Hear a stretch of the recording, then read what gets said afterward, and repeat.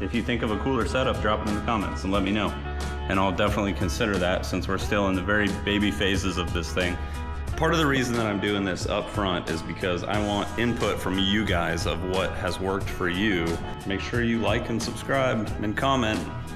Let me know what I should do. Let me know what I've screwed up already too, so I can change it. It's not too late.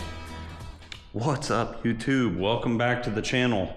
Today is a day that I've been waiting for anxiously, literal anxiety, because I don't know how this project's gonna turn out, but I'm excited about it. I went and bought a whole bunch of metal, $575 worth, I think. I wanna keep track of how much this thing costs. This is gonna be the bottom. I'll explain why it's set up like that, but $575 worth of metal. I went and bought a chop saw. All into this project so far. I think I have enough to do the frame. We are just under $1,000 bucks. I have been looking at truck campers for a hot minute now, and the market is insane.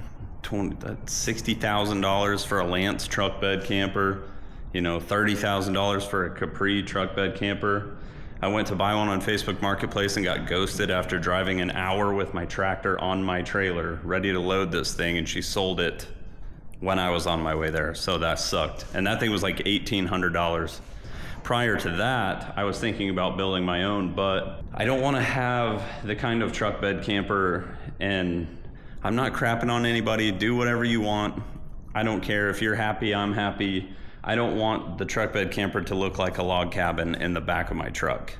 I want it to be super nice looking. I want it to just kind of complement my truck because I really like how my truck looks. I'm not talking about color matching it or anything. I'm just talking about having it look like a legit camper in the back of my truck. So that's the goal here, is to build a nice looking camper for significantly cheaper. I was wanting to keep it under like $2,000, but that doesn't seem super doable. Part of the reason that I'm doing this up front is because I want input from you guys of what has worked for you, what you think would work if you've done something like this before. It's gonna be 80 inches front to back because I wanna be able to close my tailgate. And a lot of people are worried about, well, somebody could come close your tailgate and lock you in. But I have an F-250 that I can drop the tailgate with the key fob, so I'm not worried about that. Plus it would be nice to keep my backup camera. And it's just, I don't know, mostly the backup camera is what I like to have, especially you're gonna have that behind you.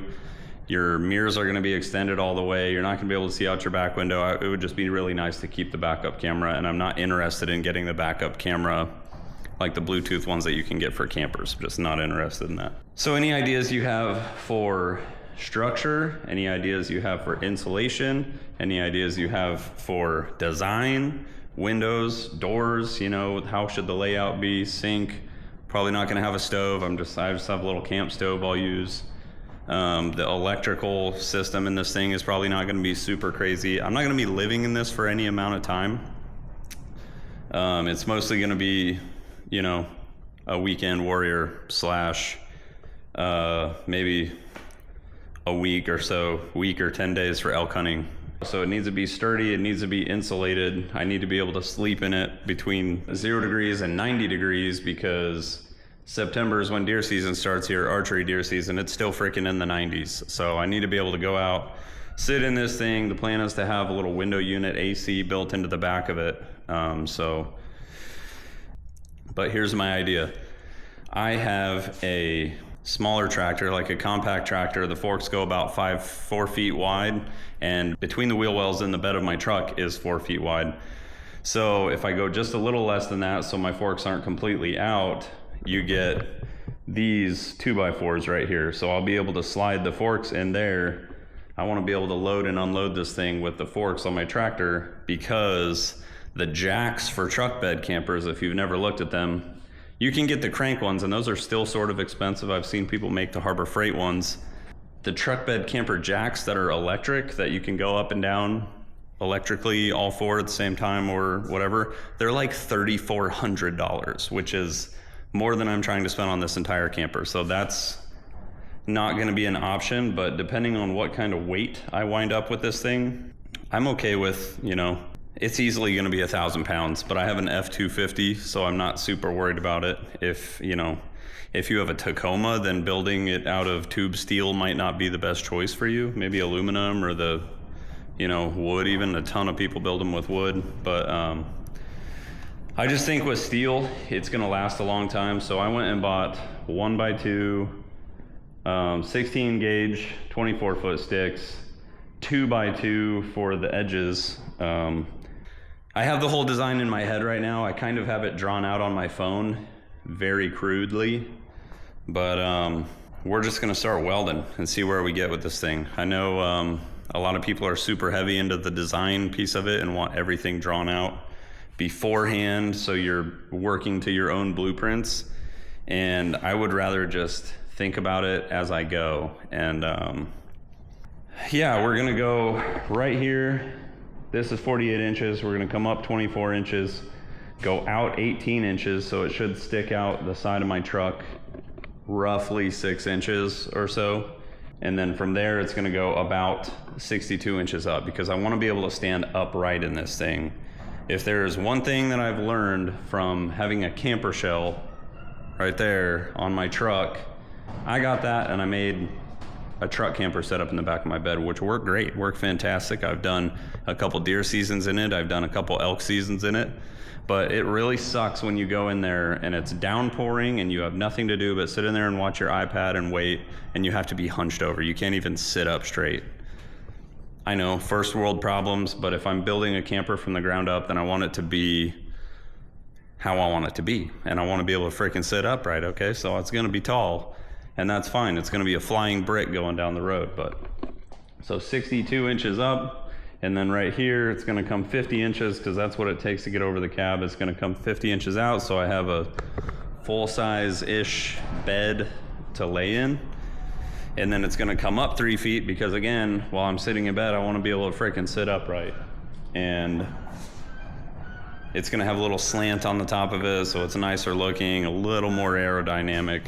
It's not gonna be aerodynamic at all, and I've come to terms with that, but I have a diesel F250, so aerodynamics only matter so much, and then the thing's just getting 14 miles to the gallon either way. So yeah, but like I said, whole steel frame. If I had a Tacoma or some, smaller truck, probably would not do that. There's tons of builds out there that are wood, aluminum. I just want a big beefy steel one, because I think it's gonna be super strong. It's gonna last forever. And yeah, so I'm gonna start this montage of me cutting and welding and cutting and welding, and then while I'm doing that, you can listen to this nice music and you can think of how the inside should be, and you can put your comments in there. Here we go.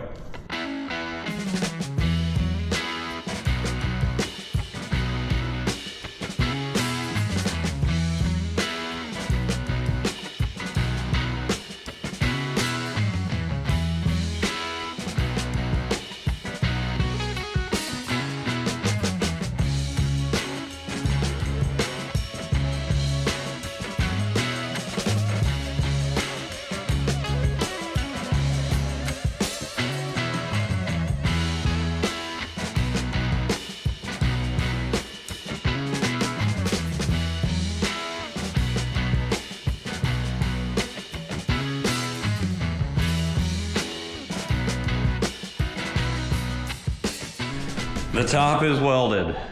I'm gonna grind it flat, and then what I think I'm gonna wind up doing is putting a sheet or something on the bottom of this, probably just some plywood, because we're gonna put some little stringers in between here, some 1x2 stringers, and then that's gonna get insulated. So that'll give me the insulated floor, and then we can start building up from there. Okay, so we got her flipped over. We got the other side, we got the initial side ground down, all the welds ground down flat. Not because my welds suck, but because it needs to be flat. And then we got it flipped over, and we got this side welded up. And I think that's gonna be enough. I started thinking about if all the weight is being held by the two 2x4s, should I put more than just a bunch of tacks up and down the side and then joined at the end? And I got pretty good penetration on these welds, I think. Flux core just burns stupid hot, and that's what I'm using. And I think we'll be good enough. And I'm gonna have some 3-foot, 1x2 stringers through there. I think it's gonna be enough. We'll see. When I drop my camper from 5 feet in the air because these gave way, then we'll know that it wasn't the right thing to do. I'm gonna call it a night for tonight. Weeks are super busy for me, so I don't know when I'm gonna come back out and work on this sucker. All right, we didn't get any sides done, so we'll pick this back up when I come out to do sides. And we're back. I did not get even sort of as far as I wanted to get last time. So we're gonna try to hurry up a little bit this time so I can get this sucker posted, and hopefully the comments can start rolling in of what I should do. I had to bring all the metal inside the other day, so now I gotta step over it every time I'm doing something. We're gonna start cutting up the 1x2 into 36-inch increments here. I think I'm only gonna do 2. That way I can just have 3 big pieces of insulation right here. And then we'll start doing uprights. Let's do it. All right, you good there? Just make sure.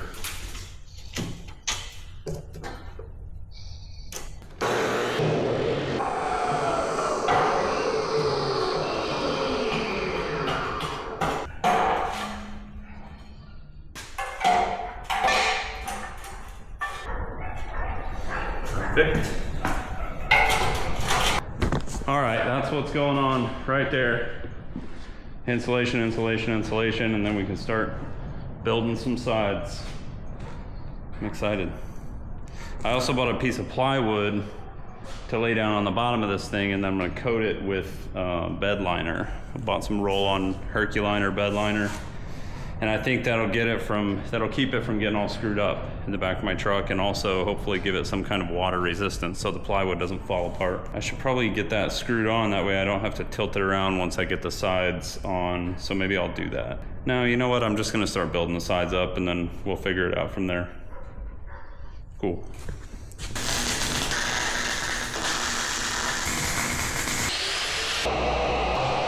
Okay, it's all ground down. Top's all ground, nice and smooth. So now it needs to come up 24 inches to be able to make it over my bedside. So that's already 2 inches. So I'm gonna make the next cuts 22-inch lengths of 1x2. And the one where it kicks out over the bedside is gonna sit right on top of that and just be kind of box welded in there. And yeah, I think I'm gonna do 4 on each side and we'll go from there.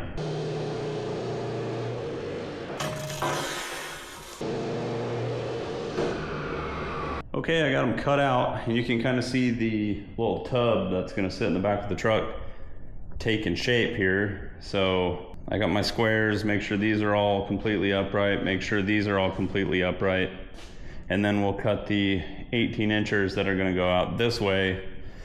But first, I'm gonna use a 2x2, and I'm gonna cut it, I think 84 inches.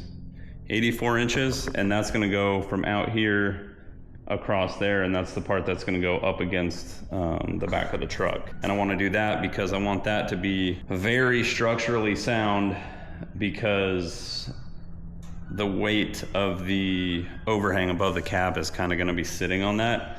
So I want it to be real sturdy and not just like box welded out like these are gonna be. I think that'll give it a fighting chance, at least, even if my welds are half-assed at best, I guess. But then, yeah, right here, so we're gonna have 2-inch insulation right here, 2-inch insulation right here. So I'm gonna put another one this way, and that's gonna come up 62 plus what, 74 inches. And I think that's all I need, because I'm like 69 inches tall, so I don't need it to be incredibly tall. That's it. Start welding these suckers in place. I'm probably gonna cut a nice long one, and that way I can clamp it to this back one and clamp it to that very front one, and make sure that these are all in line. Do the same thing with this side, and once those are all in line, weld them solid once they're at the spacing that I want them to be. So keep everything as square as possible for a backyard DIY truck camper.